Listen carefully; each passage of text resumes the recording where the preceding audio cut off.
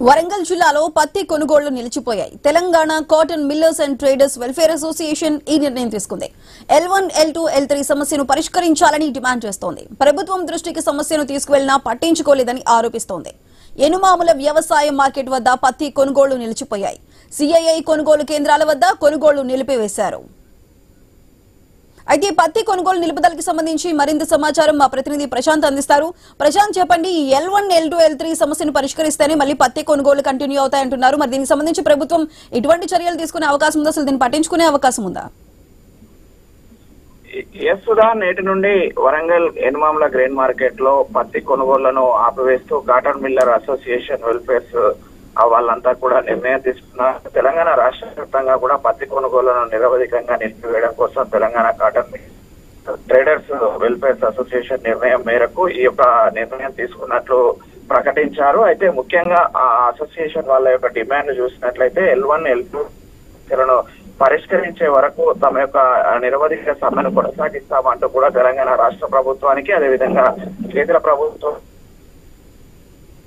2 దఫాలు ఆ సమస్యలను పరిష్కరించాలని చెప్పేసి వారి ప్రభుత్వం దృష్టికి తీసుకెళ్లినా తమ సమస్యలను పట్టించుకోకపోవడంతో ఈ నిర్ణయానికి వచ్చినట్లు కూడా ప్రకటించారు. అయితే ఇటు మిల్లర్స్ అసోసియేషన్స్ వాళ్ళు చెప్తున్న విషయాలలో అటు కాటన్ వచ్చేటువంటి క్వాలిటీ విషయంలో కానీ రైతుల దగ్గర కొనుగోళ్ల సమయంలో కానీ వచ్చేటువంటి సమస్యలను పరిష్కరించడంలో రాష్ట్ర ప్రభుత్వం పూర్తిగా విఫలమైంది. దానికోసము పలు దిశలుగా రాష్ట్ర ప్రభుత్వాన్ని వ్యవసాయ శాఖ అధికారుల దృష్టికి తీసుకెళ్లినా కూడా ఈ యొక్క సమస్యనైతే పరిష్కరించకుండా తమకు తీవ్ర నష్టం వాటిల్లుతుంది.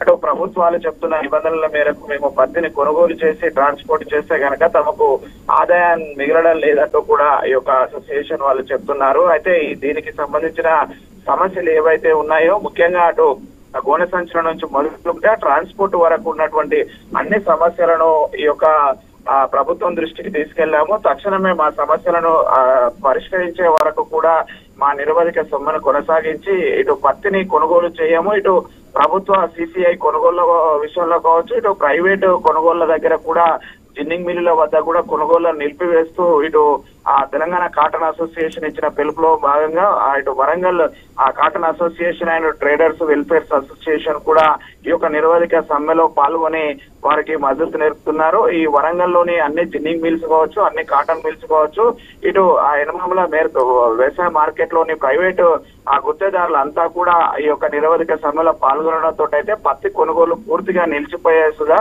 దీంతో అయితే అటు రైతులు తీవ్ర ఇబ్బందులు పడే అవకాశం అయితే ఉంది. ఎందుకంటే మొన్నటి వరకు కూడా అటు మెంతా తుఫానుతో తీవ్ర నష్టం వాటిల్లిన పరిస్థితి అయితే ఉంది రైతులకు.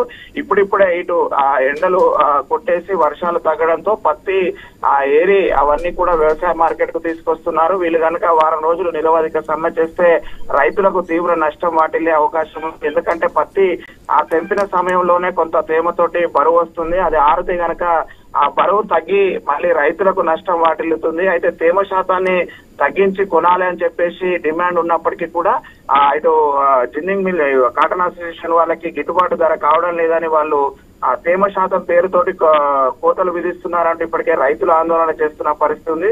దీంతో ప్రభుత్వము ఇటు జిన్నింగ్ మిల్స్ ఇటు కాటన్ అసోసియేషన్ వాళ్ళను కట్టడి చేసింది. ఈ నేపథ్యంలోనే ఈ సమ్మె కొనసాగిస్తున్నామని చెప్పేసి చెప్తున్న పరిస్థితి అయితే ఉంది. Sudha. Right Prashant, thank you.